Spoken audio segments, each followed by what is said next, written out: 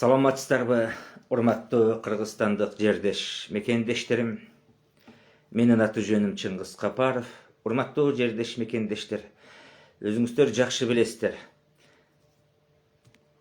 10 сентябрда Бишкек шаарынын Ленин районунда жогорку кеңешке шайлоо болот. Бир эле депутат тандалат. 25 талапкер баратабыз, жердештерим. Сиздерден ушул шайлоодо калыс, адилеттүү болуп беришиңиздерди баарыбыз суранабыз. Оба биздин кээ бир атаандаштар азыр көрнөк жарнактарды, баннер жана башкаларын көчөлөргө илип атат, брошюраларын буклет кылып таркатып атат. Биз болсо андай кылган жокпуз, ага мүмкүнчүлүк болгон жок. Урматтуу жердеш мекендештерим. Ошол шайлоого мен дагы үй камагына болсом дагы, сот ишинде үй камагында ятсам дагы, ошого карабай ат салышып күрөшүп баратам. Менин номурум 19. Урматтуу жердеш мекендештерим, эми бизди колдогондор булар чындыкты, адилеттүүлүктү, калыстыкты сүйгөндөр деп эсептейм. Албетте жердеш мекендештерим, Кыргызстандын кайсы булуң бурчунда болсоңуздар дагы, кыргыз жараны болгондон кийин ушул Ленин районунда гана шайлоо болот. Ошол жерде сиздердин тааныш, дос, жакындарыңыз бар. Туурабы? Мына ошол жакындарыңызга байланышып, ушул шайлоодо калыс өз бир оюн айта алган, позициясы бар, көз карашы бар адамды шайлаңыздар деп талап кылыңыздар. Бул Ленин районуна кайсы конуштар кирет? Жаңы конуштар. Албетте 90-жылдан кийин пайда болгон Агөргө конушу, Арча Бешик конушу, Агордо конушунун жарымы кирет. Андан сырткары Алато, ушу Алатоодон баштап Ош базардан өйдө Дордой моторсунун бүт капталы кирет. Бишкектеги Бишпек кирет. Рабочий городок кирет. Урматтуу мекендештер, мен кээ бир комментарийлерди окудум YouTube'тан. Көбү билбейт экен, мен Баткенден салам, Оштон салам дейт, мен ыраазымын. Бирок аяктан сала албайсыздар. Бир гана Ленин районунда пропискасы бар адамдар гана салат. Урматтуу мекендештерим, ошондуктан ушакта балдарыңар бар, башка бар, айтыңыздар. Эми менин атаандаштарым айтып атпайбы? Ким булар? Оба менин жеке мамилем жакшы көбү менен. Биз иштегенде андай кылганбыз, мындай кылганбыз депчи. Бул ким? Жамалбек Ырсалиев деген агабыз. Эланайын 2020-жылы бийликтегилерге жагалданып, Сыймык Жапикеев анда Финполдо жетекчи болгон, чай ичип кой деп 500 000 берип барган. Бир жыл отуруп, ана мен өкмөттө кыйраттым дейт. Эми Кудайды карап калп айтса болобу. Андан кийин жылуулукка барды. Ашып кетсе 1,5 жыл, 2 жыл иштеди. Өкмөттө катардагы жумушчу болуп 10 жыл иштеген кишидей сүйлөйт. Андан сырткары урматтуу жердеш мекендештерим, өз чөнтөгүнөн акча чыгарып аткансышып, мен иштегенде анткемин минткемин дейт. Сен бюджеттен акча алгансың, ал элдин эсебинен түшкөн акча менен сен иш кылдың.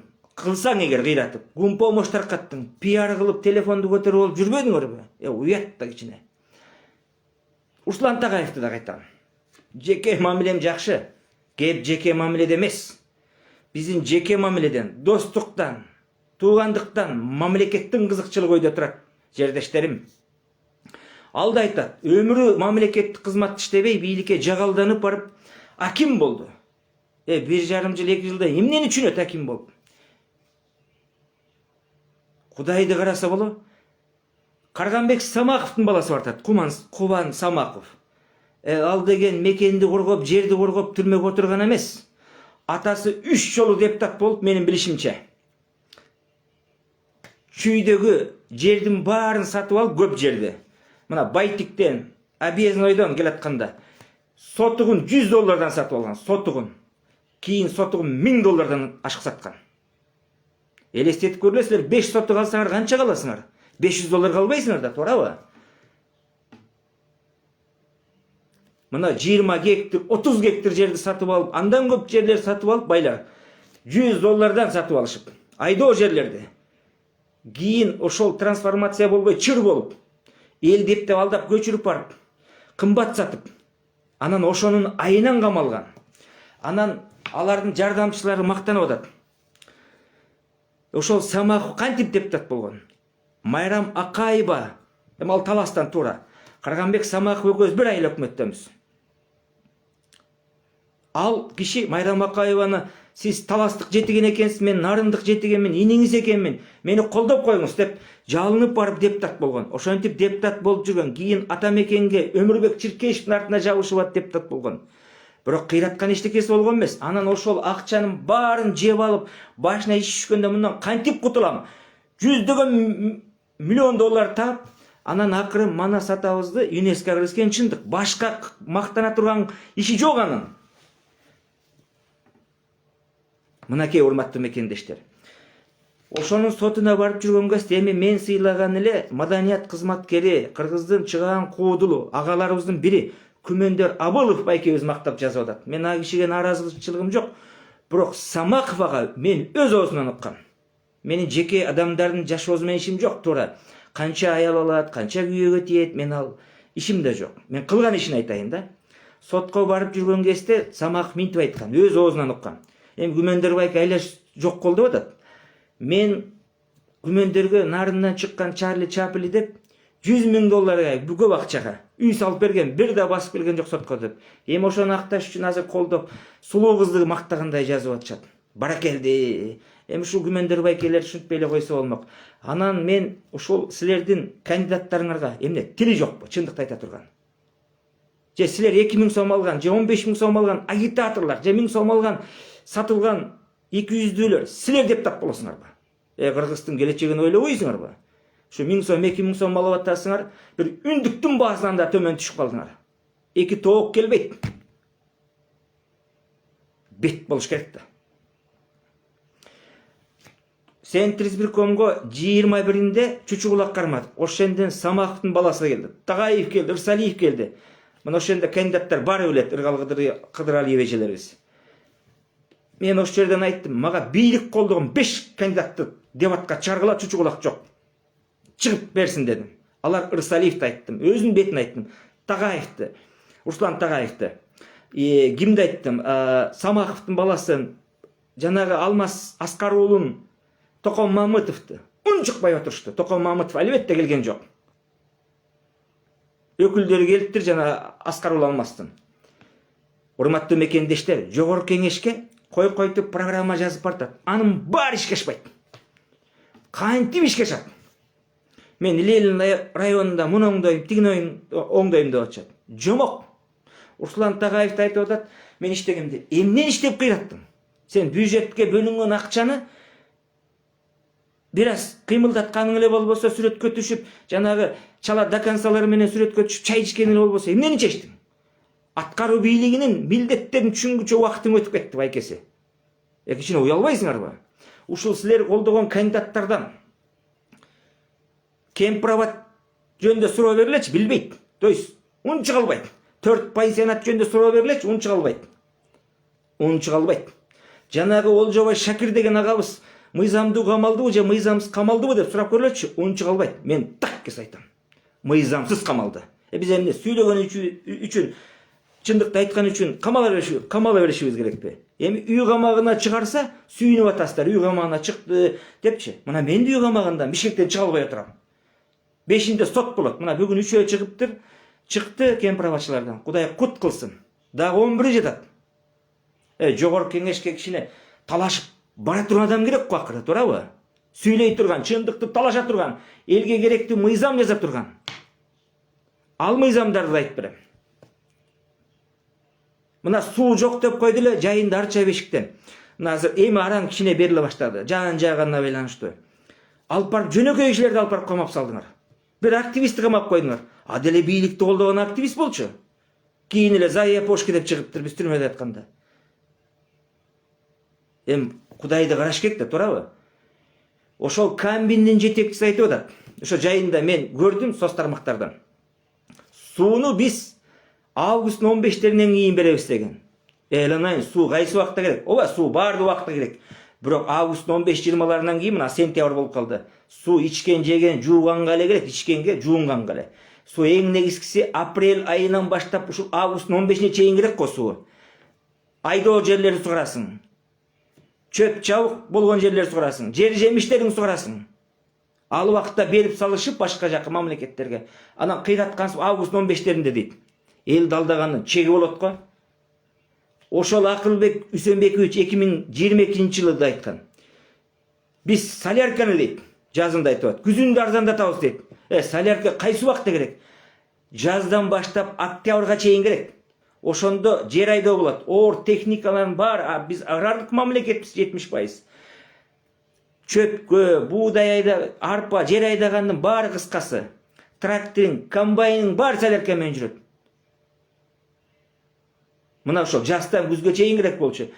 Солярка күзүндө арзандаган менен анчалык пайдасы тийбейт. Конечно, бир аз тийиши мүмкүн. Эмне алдап атат? Мен дагы бир нерсени айтайын. Эми булар себетти өчүрө баштайышы мүмкүн. Анан айтат, эмне десе биз оңдоп түзөп аттык деп. Жайлата эшекте калып отурдуңарбы деген бирөө жок. Ошол кандидаттарыңардан сурап көрүлөчү, айта албайт. Эмне силер депутат болосуңар мына. Уялбайсыңар. Ушул Facebook'та отурган кээ калп чындыкты талашкан. Бирөө чындыкты жана Каныша эжеле Мамыркулова эжебизге рахмат, чындыкты айтса колдойбуз деп атпайбы? Колдобойт Каныша эже булар. Мына азыр эле билип атпайсызбы? 200-дүүлөнүп, арамзааланып, ошол ким акча бере калат деп Самаковдун баласын, Ырсалиевди, Тагаевди колдоп жүрөт. Ушул чындыкты айткан булардын. Булар 200-дүү маскара посттор. Сага деле макул, буга деле макул деп булар саясий эксперт болуп алган, бул өтөт, тигил өтөт деп. Сүйлөбөгүлөчү. Мына Бектаев сүйлөп атат бүгүн бирөөнү колдоп. Буларга 500 сом берип койсоң, 5000 сом берсең, ырыңырдап берет. Мына Facebook'та жаштар да отурат. Артында 10 кишиси жок. 100 киши да салбайт буларга. Өздөрү ат салышса. Бирок ат салыша албайт. Анан саясий эксперт болот. Булар ойлойт, партияга кирип, анан биз депутаттыкка барабыз деп. Силерди албайт дагы. Болгону пиарчы болосуңар. Пиар компаниясында иштейсиңер. Кээ бир айтат, булар кечки ат салышы өтпөйт деп. Силер билбейт окшойсуңар тарыхты көчөп эле. Ошол эле бүтүн Кыргызстанды 4 жыл өткөрбөй койгон.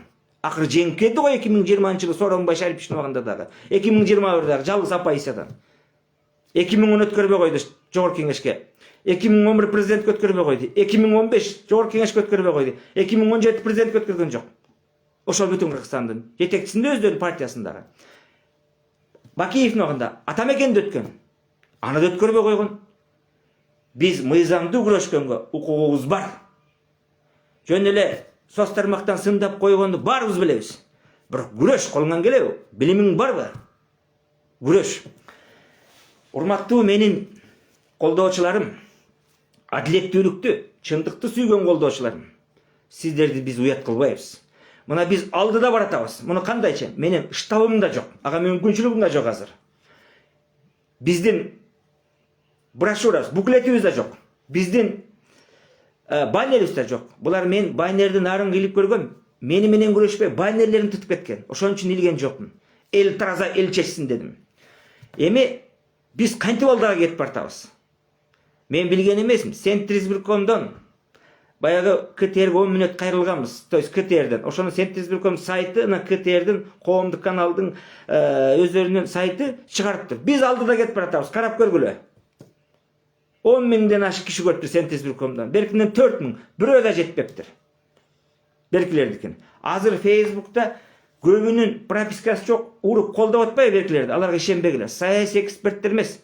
Алар бир бечаралар да. Жөн эле өздөрү акча төлөп жанагындай сайттарга чыгарып буну өтөт, бул өтөт дейт. Ал жомок. Эмне Кудай болар. Урматтуу мекендештерибиз. Ооба, биз программа жаздык. Анткени мыйзамдын талабы ошондой. Центризбиркомго алып бардык. Мен Facebook'ка чыгардым. Бирок кандай мыйзам жазыш керек Жогорку Кеңешке барганда? Азыр силер колдоп жаткандар, кечиресиздер. Бийлик колдоп аткан Жамалбек Ырсалиевди Дайыр Орунбек колдоп атат. Эмне Дайыр жакшы, жаман, Жамалбек жакшыбы? Мен жакшы адам деп айтам, бирок колунан келбейт. Кубан Самаковдун баласынан Руслан Тағаев жана башкалардын, жана бийлик колдоп аткандарынан эч нерсе келбейт. Жогорку кеңешке барса, туалетный бумага булар. Жөн эле айлык алыш үчүн өздөрүнүн бизнесин колдош үчүн бартат. Мына Жамалбектин кафелери бар, Рысалиев байкебиздин. Самаковдун дагы бизнестери бар. Бизнесин колдогону бартат. Болбосо азыр айтпайбы ачык нерсени? Айта албайт. Биз кандай мыйзам сунуштайбыз? Жогорку кеңешке барганда мен мындай мыйзам киргизем. Коррупция кылгандар, мамлекетти талкалап бүлдүргөндөрдү мал мүлкүн казынага алып, мамлекеттин казынасына өздөрүнүн 15 жылдан кем эмес мамлекеттик кызматка, жогорку кеңешке ат салышпагыдай кылгандай мыйзам иштеп чыгамын. Мен билем ал жерде. Булар мактанып атат, мен өкмөттө иштеп жүргөм деп. Биз өкмөттө мен 39га чыктым мына көчө күнү. Рахмат туулган күнү менен мени куттуктаганыңыздарга. Мен 26 жашым иштеп жүргөнүмдө силер мактап аткандар иштей алган эмес, булар кошомат кошуп барган. Бизге кызмат бергенде барган жокпуз. А булар шүмшүйүп барды. Эмне десе балдарыма, досторума жакшы көрүнүп, мактаныш болсун деп. Азыр да ошентип баратат. Мактанбайлы, урматтуу мекендештер. Биз менен дебатка чыкса, булардын мурдун суусун агызып коебуз. Чыга албайт, тухтар жетпейт. Туура Руслан Тағаев дебатка мен менен чучу кулакта туш келди. Ошондо көрөсүздөр. Мактаган адамыңарды. Эгер барса, биз барсак кандай мыйзамдар иштеп чыгабыз дагы? Биз барсак жана профессор, генерал, элдин эсебинен жашаган экс-президенттердин макамдарын, жана пенсияларын кыскарткандай мыйзам иштеп чыгам. Бир ширеңки ойлоп чыкпаган профессор, доктор наук, академик болуп алган. Биз кандай өлкөдө жашап калдык? Бир өндүрүш жок десем таарынасыңар. Кайсы өндүрүш кылып атат? Андай болсо 4 пансионатты 40 миллион долларды төлөгүдөй бир каржы болот эле да. Жок кана. Урматтуу жердеш мекендештерим, бул чындык. Биз эмне менен мактанабыз? Көк бөрүнү, футболду, бой бес правилды шерне кылып алдык го. Мактанганыбыз ошол. Албетте мен да кыргызмын, көк бөрүнү жакшы көрөм, бирок через чур болбойт, ашыкча болуп кетти. Билим, илим үндөшпөйбү? Завод, фабрика салышпайбы? Баракелди, биз кайда баратабыз? Чындыкты айткандарды алып барып камап атат азыр. Үй камагына чыгарып койду деп эл жалдырып атат. Же мен калп айтамбы? Көп нерсе айтайын дейм дагы үй камагындамын. Урматтуу мекендештер, тил кыска. Эгер Кудай буйрса жогорку кеңешке шайласаңыздар, жекелей Ленин район эмес, жалпы Кыргызстан үчүн, Кыргызстанда жашаган мекендештерим жана Кыргызстандан сыртта жүргөн мигранттардын укугун коргойбуз. Күчтүү депутат болсоң, бийлик сен менен эсептешкенге айласы жок макул болот. Аженге мыйзам жазып сүйлөй турган адам керек. Жана силердин садик мектебиңерди кантип ишке ашышын мен жакшы билем. Эгер сылабый болсоң, айтып атпайм, туалетный бумагасың. Силер колдогондор туалетный бумага. Бийлик үчүн. Алар никто ошон үчүн жетелеп бартат. Мурдунан сүйлөп бар. Урматтуу жердеш мекендештерим, калыс болсоңуздар. Анан ушул Ленин районунда тургандарга айтарым. Калыс туура тандаңыздар. Менин сүйлөгөндөрүм жакса, бөлүшүп ар бир көчөгө киргизип койсоңуздар жетиштүү. Ар бир көчөнүн группалары бар. Башка жакта жашаган мигранттар болобу, Жети областта болобу, ушул жакта жашаган туугандарыңарга туурадан тандагыла дегиле. Менин номерим 19. Урматтуу мекендештер, биздин да башыбыз бирөө. Бирок Кудай билимди берди, эл катары акылды берди. Эмне үчүн кыргыз мамлекетин иштелеп барышыбыз керек. Биз чыныгы мекенчил болушубуз керек. Эми жанагы мен трайбалисттерди жек көрөм. Самаков да жердешим деп атам. Ошол эле Рысалиев дагы, Акылбек Үсөнбековдерди айтып атам. Мына таза до конца ушулар. Алмазбек Акматалиев деген эл кулак абыз бар. Президентский академияда ректорбу.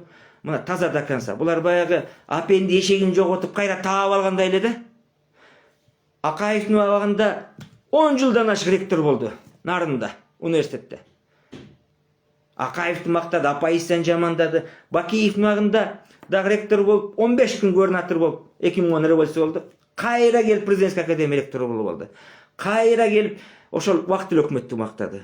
Атамбаевдин убагында да ректор болуп жүргөн, Отунбаеванын убагынан баштап Атамбаев президенттик академияда кийин түшүп калды, бүтүн Кыргызстанга кире качты. Аяктан өтпөй калып, кайра бийлик менен сүйлөшүп ректор болуп алды. Ошол эле Садыр Жапаровдор жамандап жүргөн, бүгүн мактап жүрөт. Булар таза доказалар. Булар өз кызыкчылыгын ойлогон. Мындайларды мен адам деп эсептебейм, агай турмак түгүл. Мына ошонун баарын арындыктар. Эгер мен бийликке келсем, ушулардан биринчи баштамакмын. Мыйзамдын негизинде жазаламакмын. Жетишет, биз эки колубузду төбөбүзгө алып эле кошомот кошкондон башка эч нерсе билбейбизби?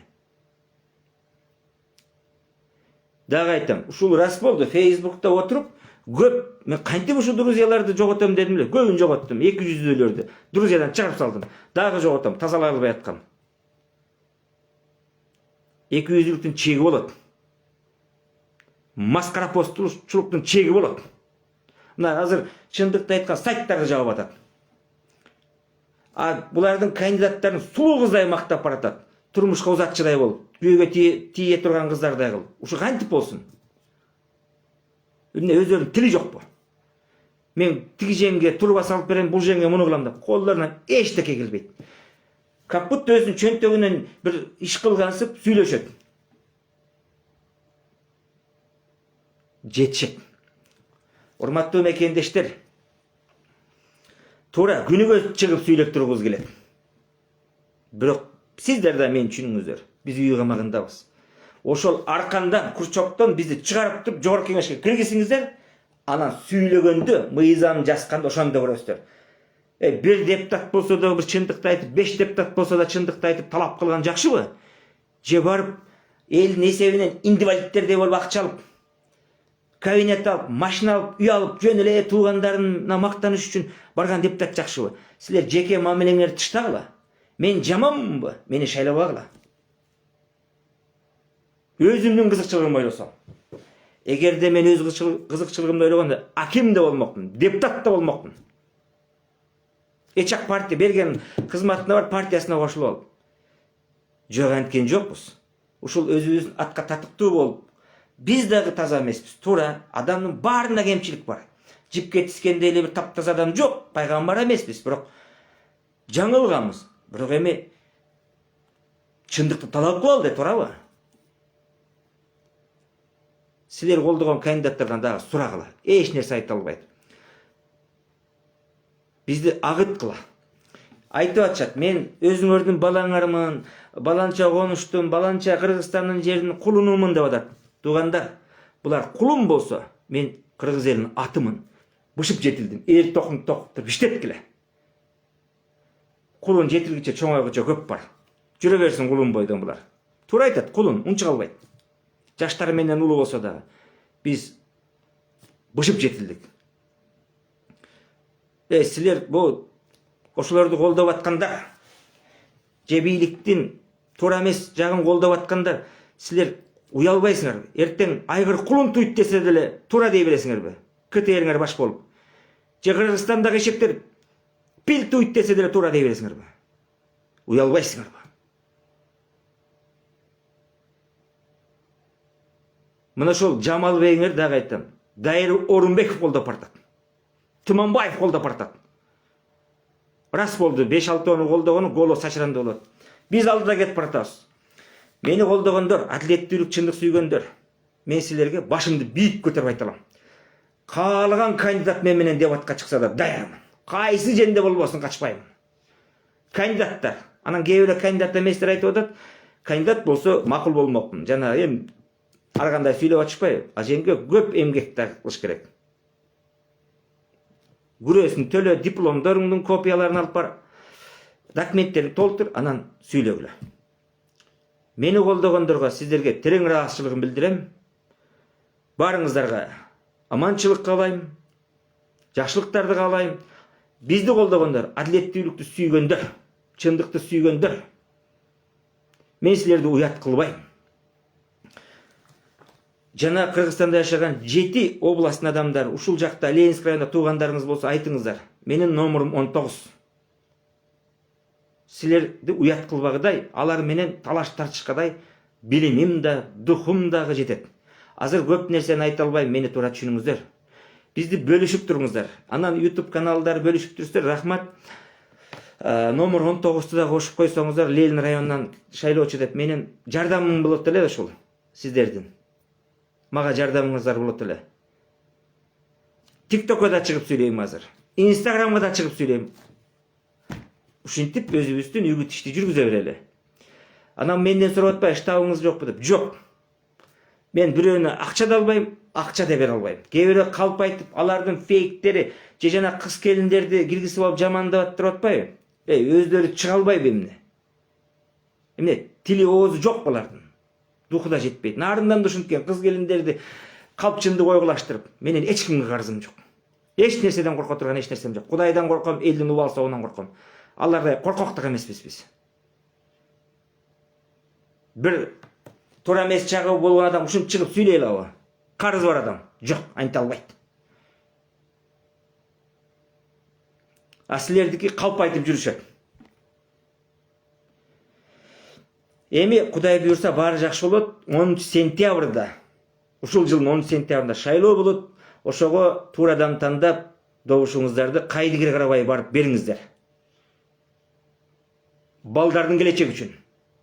Сырттагы мигранттардын бейгүнөө түрмөдө жаткан карапайым элдин балдары үчүн, чындыкты айткандарды бейгүнөө камагандар үчүн мен алардын талашамын жогорку кеңешке барганда. Кемпирабад жанагы суу болуп Арча Бешикте селекцияда чыккандар, жанагы аттарын утуп калдым, активист баш болуп 3 киши камалбады. Аларды чыгарганга тике мен тик турам. Гүлжигит Исаховдарды жана башкаларды саясий куугунтук жеген жана карапайым элдин балдары күнөөсү жок отургандардын баарын талам-талашам. Билимим жетишинче, акылым жетишинче күрөшөм. Андан кам санабаңыздар. Жогорку кеңешке барсам, мындан 10 эсе узарат тилибиз. Азыр кыскараак болуп турат. Көп нерсени азыр айтканга үй камагына байланыштуу. Азыр дагы эчтене өтпөй калсам алып барып жетелеп барып камап коюшу мүмкүн кайра. 1 мүнөттүн ичинде. Кыргызстанда кылмышкер болуш 5 мүнөттүк нерсе болуп калды. Биз билим алып, окуп, туура жолдо жүрүп, ушул элге, мамлекетке керегине жараган адам бололу десек, чындык сүйлөп койдуңар деп алып барып камап атат. Мекенди коргогон күнөөбү, айткылачы. Суу сатылбасын, жериң кетпесин, элиң тентибесин. Туура билим алсын балдар. Завод, фабрикаларды кургула деген күнөөбү, кылмышпы? Ошол көкбөргө, футболго, бой бесправилге кетирген акчаны андан көрүп завод, фабрикаларга, билим, илимге жумшаса болот эле да. Масалан, тиги билим тармагында быйыл ортодан 50% болгон жок, өткөн жок. Урматтуу мугалимдер, силерди Акылбек Үсөнбекович айтып атат, Кудайдан жөө качкан деп. Жогорку кеңешке шайлап бериңиздер, мен анын мыйзам алдында жооп беришин талап кылам. Себеби биз ким болсок да эжагайлар окуткан. Мен сыйлайм. Ичинде бир аз бар болуш керек, билими жоктор. Аз начарлар. Бирок президент бол, депутат бол, министр, аким бол, ким болсоң да сени эжагайлар окуткан. Кудайдан нак жөө качкан Акылбек Үсөнбекович. Мына бир тууган иниси Рахат Жапаров деген дагы бир кызматта жетекчи болуп турат, зам болуп. Бирөө Бурхановтар менен иштеп жүрөт, бизнес кылып. Билбейт дейби, мен баарын билем жакшы. Болгону азыр тилибиз кыскараак. Ошол тилибиз кыска болсо дагы жанагы шалпай кандидаттардан өйдө айта алабыз, бийлик колдоп бараткандардан. Ишиңиздерге ийгилик, аман болуңуздар. Менин номерим 19, аты жөнүм Чыңгыз Капаров. Ленин районунда тааныштарыңызга эгерде мени колдосоңуздар, айтыңыздар. Ушул жигитти шайлагыла деп. Жок колдобосоңуздар, өзүңүздөр билиңиздер. Мен эч кимге акча бере албайм, эч кимден акча да албайм. Элибиз бар, тууган достор бар, Кудайга шүгүр, оокатыбыз жүрүп атат. Эч кандай сиздерди уят кылбайм. Анан күлгөндөргө мен мурунда айткам, жыргаганыңан күлөсүңбү, өлгөнүңөн күлөсүңбү? Ошол кандидаттарды мага чыгарчы, эл кыйналып атат, көрүп атасыңарбы? Чыгаргылачы. Духу да жетпейт. Булардын тили сайрайт. Мээңде болсо тилиң сайрайт, мээңде бирдеме болбосо тилиң да сайрабайт. Жанагы силер колдоп аткан бечаралар бизнестерин колдош, бийлик жетелеп бараткан силер колдоп аткандар бизнестерин колдош үчүн гана баратат. Ошолор менен дебатка да чыгаргыла, 1 саат коюп, актай кагазды бергиле, кимибиз программабызды өз ойыбызды так жаза алар экенбиз. Алар өз позициясы жок, көз карашы жок адамдар. Аларды колдогондорду мен маскарапос, маңкуттак деп гана айтам, акчага сатылгандарды. Мына жүрөт. 15 миңге агитатор болдум деп чындыкты талап кылгандар ошолорду колдоп жүрөт. Уялбайсыңар, силер кепте беле кызмат жана башкабы. Урматтуу Садыр Нуркожоевич, чындыкты алып эле талап кылып кайра артист болуп аткандар кызмат бергилечи, барсын. Акча берип койгулачы ошолорго. Артист болуп мына мен куундук жердим, анан чындыкты айтсам камап койду деп кайра бул өтөт, тил өтөт деп кудай болуп алгансып ошолорду колдоп атат. Алардын бир гана максаты кызмат экенин көрүнүп турбайбы? Эмне биз кызматка барганга билимибиз жетпейби? Жетет. Азыр дагы кеч эмес. Бирок мен баргым келбейт. Ситуацияны, акыбалды көрүп турасыңар. Бар болуңуздар, аман болуңуздар. Жалпы кыргызстандыктар, Ленин районунда тааныштарыңыздарга айтыңыздар. Биз сиздерди уят кылбайбыз. Бизди колдогондор, дагы айтам, КТРдин Центризбирком сайтын көргүлө. Биз алдыда кетип баратабыз. А Facebook'тагылар пропискасы жок, жөн эле башты орто берет. Мен да көргөм Facebook'тан. Жаналардын сүрөтүн коюп болуп атпайбы? Көрүңүздөр. Кайрылууну эми дебатта жолугабыз, Кудай буйрса. Instagramга кириңиздер, TikTokка кириңиздер, Кудай буйрса сүйлөйбүз азыр. Саламатта туруңуздар. Көп нерсени кийин айтабыз.